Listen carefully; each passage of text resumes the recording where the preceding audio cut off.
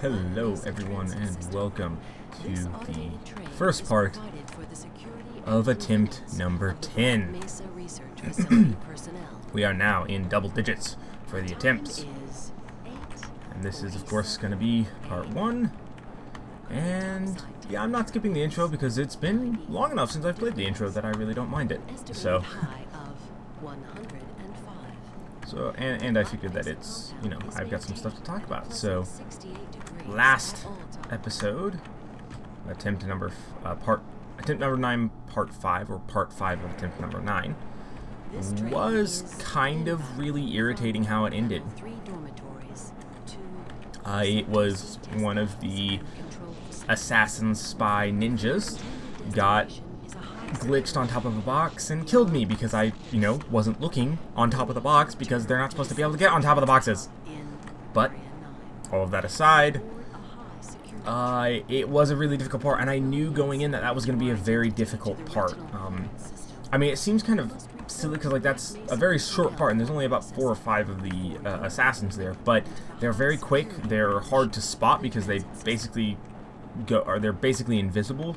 Like, not entirely invisible, like you can kind of see them, but it's not clear enough usually. So generally speaking, yeah, that's a very difficult part that I've always had problems with getting through, and it's going to be really hard to get through in one life because they also do a lot of damage. Like, one hit does, I want to say, like 20 health. They usually do like 20 damage roughly, and that's like if you do have armor. So like 4 or 5 shots and you're dead. And I'm gonna have to kind of figure out what I'm gonna do. I think one big thing is I think it might be possible to use a lot of trip mines, to like just run through and spam a bunch of trip mines on the ground to try and kill him that way. But I don't know if that'll work, so we'll kind of have to wait and see. But I'm gonna have to try and come up with some kind of plan to get past that part. But once I get past that part, I'm actually feeling fairly confident about getting through the rest of the game, because honestly, from that part on, there's one other part. There's the part with the assassins, and there's the one part right after that, or not right after, but shortly after that, which is going to be another really hard part to get through without dying. But I think with enough practice, I'll be able to get through it. If I can get past the assassins, I'll be able to get past the next part, I think, with enough practice. And I'm trying to think what comes after that. We have, I don't recall the name of the section, but there's the whole big long section where you're playing through. Essentially, you're basically going through a huge, like, a war zone essentially, and there's a lot of aliens and a lot of soldiers, and they're fighting each other and stuff. And I'm not too worried about that part. I think I can just kind of take it, play smart and be fairly careful when I'm engaging in firefights, and I think it should be okay. I'm not too worried about that section. And then of course, once we get through that part, there's a fairly difficult section once you get to the Lambda center, and that can be kind of tricky. But once at the Lambda, and then obviously after the Lambda center, it's Zen. And Zen is gonna be hard, but I actually feel that I'm actually not as worried about Zen as I used to be, because having gone back and watched some videos of Zen, watching some speedrun videos of Zen, I definitely think that I can do it, because one of the things that does give me confidence about the entire thing of Half-Life is that is that it's been sped run a lot. And the reason that's a good thing is because usually if a game can be sped, if a speed run for a game is possible, then you're generally in a pretty good, like, I think it will be fairly safe to try and do a one life Iron Man run of it, because speedruns generally, I mean, obviously, like, when doing speedruns, the people will reload a save. Like, if they screw something up, they'll reload it. But, they're also going at breakneck speed, particularly in Half-Life. You're going at breakneck speed, doing a bunch of crazy stuff, and a lot of sections, you're very low on health. So I think, taking it a little bit slower, not actually trying to speedrun it, which I'm not, taking things slower and stuff like that, I actually feel fairly confident in being able to complete it. And this applies particularly to Zen, where I've heard a lot of people say that Zen's very random, but I don't think it is. I think that it requires a lot of precision. And again, this goes back to the to having seen it be sped run or speed run. I don't know how you would say that, but I find that Zen is a lot more about precision, more so than precision, more so than like random chance. Now, the worst part of Zen is not going to be the jumping parts. Like, I actually do not feel that, like, obviously I am going to be nervous about it, but I honestly think that if I just practice enough, I'll be able to get the jumping parts where you're jumping across from floating islands and stuff like that, which is the very iconic part of Zen. But the part I'm more worried about is when you get into the kind of like the weird alien factory place. That's what I'm worried about, because that section is really nasty, and that's kind of like a very iconic level of Half-Life that is very, very bad, and a lot of people are like, oh, this is one of the hardest and most annoying levels in the game. And I would probably be inclined to agree with that. It is, I don't know, annoying maybe. I mean, it is frustrating. It's a frustrating part of the level because it is a very difficult level. And I recall a few years ago, the last time I actually played through Half-Life, which was like, I think about 3 years, going on close to 3 years ago now. That level took me a long time to get through, and that was with using reloads and stuff. But I think if I just practices enough and I basically learn the enemy positions and learn I mean, really it's basically about just memorizing the level and kind of having a pattern that you run through. Because so long as you know where all the enemies are and you have a basic idea of and if I have a basic idea of where I need to go at different points, like, you know, I move to this piece of cover, kill, you know, 2 or 3 enemies, and then I need to move to this next one to deal with the next, you know, enemy, stuff like that. And I'm sorry, I should have taken the ladder. That would have been much faster. Ah, well. But yeah, so I think it's very much doable, and I'm feeling really confident because I got really far last time in attempt 9, and I made it through. I made it through on a rail, which was one of the levels that which was like the first level that I was really kind of nervous about. Was on a rail, and I made it through that one in my first go. Good to see you. Gordon, here you are. We just sent the sample down to the test chamber. We've boosted the anti-mass spectrometer to 105%. Again, but we need the extra resolution. The administrator is very concerned that we get a conclusive analysis of today's sample. I gather they went to some lengths to get it. We're waiting for you, Gordon. Test chamber. There we go. Didn't save much time, but saved a tiny bit. But yeah, so like I said, I'm fairly excited about this attempt, because I think I'm going to be able to, if I make it past Blast Pit, I'm fairly confident in my ability to make it past. If I can make it past Blast Pit, I'm fairly sure I can make it through on a rail again and get back up to where I did last time.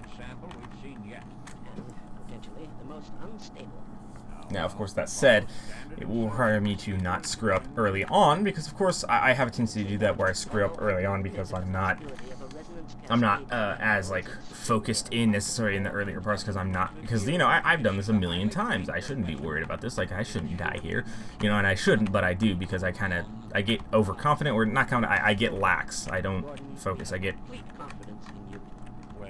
I can't think of the right. I guess lax. Yeah, my focus drops in the early part more so than in the later parts where I do tend to focus up more. And all that said, I am going to take this run very seriously, similar to how I took the last one, because, you know, hey, the last one worked out really well, so I'm excited for this run as too. Testing. Everything seems to be in order. All right, Gordon, your suit should keep you comfortable. The specimen will be delivered to you in a few moments. If you would be so good as to climb up and start the control, we can bring the anti-mass spectrometer to 80%. Just do this part as quickly as possible. which is not a whole lot you can do. Actually, there is a glitch, but I'm not going to try and do it because I'll just end up dying, I know, but there's actually a really cool thing that you can do with the speed running on this one, which is, requires there's kind of two parts of it. First off, it requires you to position the cart once you put it in, you got to pull it back to about like right here. And then you have to, and I don't know how to do this part, but it's basically using the speed and momentum. You basically get to where you jump up onto that light right there, that one, because the sequence where you start getting teleported to the different, like you get teleported to the bull squids and then the vortigons and stuff, that sequence doesn't actually trigger. Well, I mean, it still kind of triggers, like the game thinks it triggers, but the player model doesn't actually get affected if you are above that light. So there's an event. There's a vent collider, I guess is what you'd probably call it, that is set basically to like here, because of course you're not supposed to be able to get up that high, but there is actually a way you can use momentum and speed to jump high enough to get up there. I don't know how to do that. It's a speed running technique that, again, like I said, I'm not very good at speed running. And so once you get up there, you don't get teleported away ever. So you just stay up there for the entire time. And then when it starts the sequence where there's vortigons and stuff teleporting in from the ceiling, if you have the delivery thing positioned to right about here, one of them teleports in like right above you, and they spawn in up there, and then they drop down, and they despawn once they hit the floor level. But this thing actually will prevent it from hitting that event, the event collision, the event collider, I should say, or the trigger collider. The trigger collider is actually would be what it is, I suppose. Anyway, so what you can do is you can use so the Vortigon lands on top of that, and then what you do is from that light position you jump off, land on one of the parts of the anti-mass spectrometer. It's that one right there, that guy. And then you jump from the anti-mass spectrometer onto the head of the Vortigon, and then from the head of the Vortigon you can jump. I think you have to do it like in one fluid motion, but you jump onto that anti-mass spectrometer, then you jump onto the Vortigon, then you jump through the window into the control room, skipping the whole first sequence of the game right here. The whole first sequence, when you have to, usually you're walking through up to the control room, so it skips a decent portion of a decent chunk of the opening game right there. It's a really cool skip.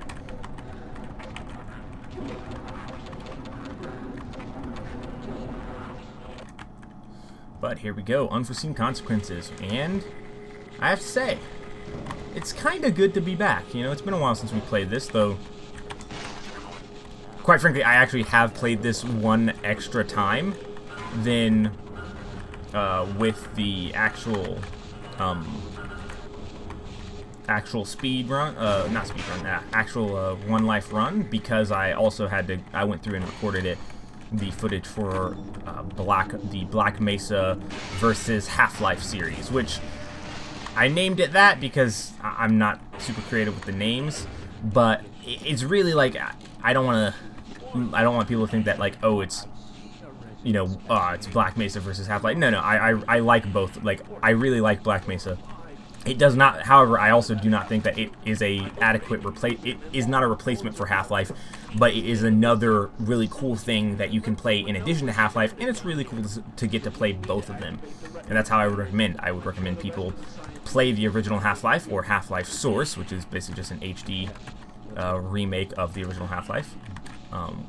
And then play Black Mesa, because Black Mesa I find Black Mesa to be really fun and enjoyable, but largely due to the fact that I've played Half-Life a lot. So like I know Half-Life pretty well, you know, so to me it's really fun to get to be able to play through Black Mesa, seeing all the, you know, the kind of, it's a combination of like references and callbacks to the original Half-Life, but also, you know, kind of some of the changes and differences that they've made. Anyway, but as I was saying, I actually am playing through Half-Life. I'm actually playing through Half-Life again, separately, in conjunction with the, in addition to doing my these one life runs, I'm also playing through it again, because I have to get the footage for it, for the side-by-side comparison for the Black Mesa versus Half-Life series. I have to have the side-by-side comparison footage, and the one life run footage is not what I want to do that with, so I'm doing a separate recording for it. And that, and that. There we go.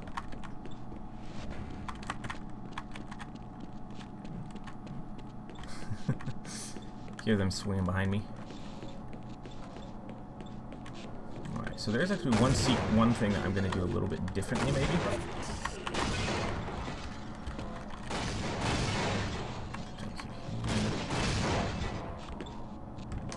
Here, grab the gun.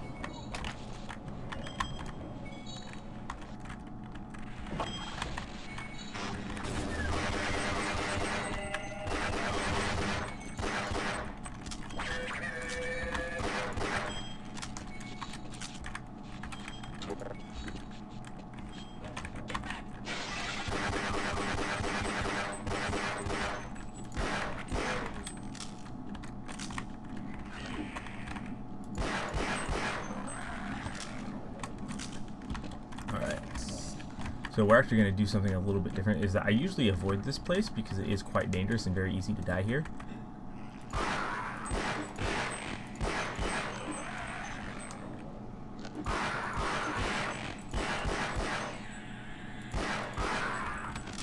But it is actually worth going up here, I have discovered, because like I haven't gone through this section in a long time. Almost out of ammo, which isn't great, but it will be worth it because he follows you around here.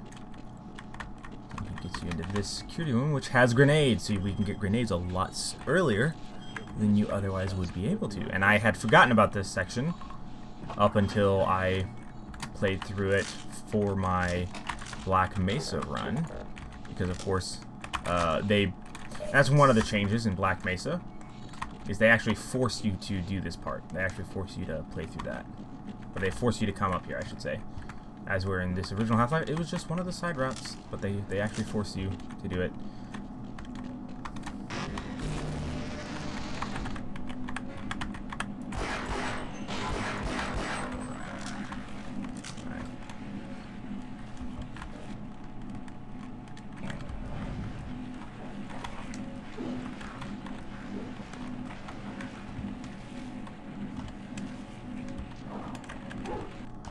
There we go.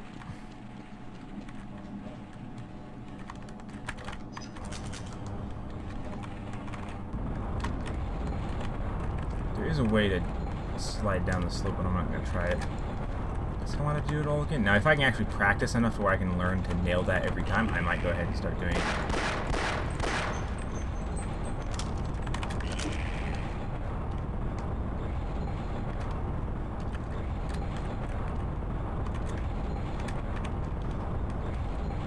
It's one of the really cool parts. Now, another thing that I think I forgot to mention in the Black Mesa episode, which will be out on, because I'm recording this on Tuesday, which this episode will be out on,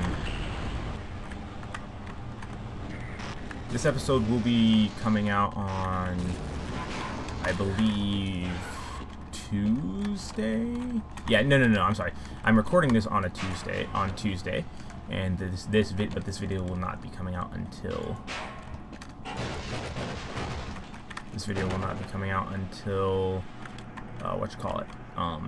Wednesday. This is the episode for Wednesday, which means that's right. The first episode of Black Mesa will be out the day before any of you guys are seeing this. So I'm going to go ahead and talk about some stuff that happened in that episode of Black Mesa. Assuming, people watch that in addition to this. But one of the big changes they made is on that, the elevator sequence, the head crab elevator sequence. One of the big changes that I personally am not a fan of that they made in the Black Mesa adaptation is that they put railing on the back so that you can't fall off when you can't fall off. And that's one of the things that I really am not a fan of, because I love that sequence in the original Half-Life, particularly because the first time I ever played Half-Life, I actually found that part to be quite challenging because of course the head crabs are falling at you and stuff, and when you are playing it for the first or sometimes even like your second or third time, you usually, you know, are kind of panicking a little bit, and you kind of not what's the right term, you kind of panic a little bit, and you know, so you're like, you know, walking around trying to dodge the head crabs, and there's a chance that you'll, you know, back up off the edge of the elevator and fall to your death. And that's a really cool, like, you know, that's a really cool aspect that kind of adds a little more tension. And that's one of the things that I'm not a fan of that they changed in Black Mesa, is they made it a lot safer by putting railing on the back so you can't fall off accidentally. Anyway, that thought over. Thanks everyone for watching. Be sure to check back for the next episode for a part 2 of attempt number 10 in a 1 life run of Half-Life. Thank you all for watching, and until next time.